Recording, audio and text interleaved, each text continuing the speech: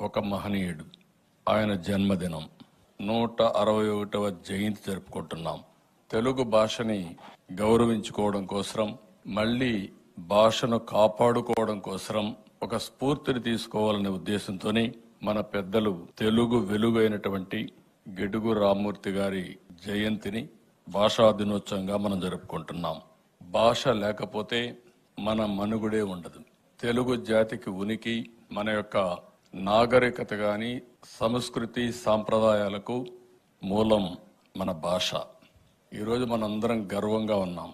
దానికి కారణం మనం తెలుగు మాట్లాడుతున్నాం కాబట్టి. అలాంటి భాష కోసం జీవితాంతరం పోరాడి నిలబెట్టిన వ్యక్తి గిడుగు రామ్మూర్తి పంతులు గారు. ఆయనకి మనం అందరం కూడా ఘనమైన నివాళులర్పించి తద్వారా జాతిలో స్ఫూర్తిని నింపే బాధ్యత మనం తీసుకోవాల్సిన అవసరం ఉంది.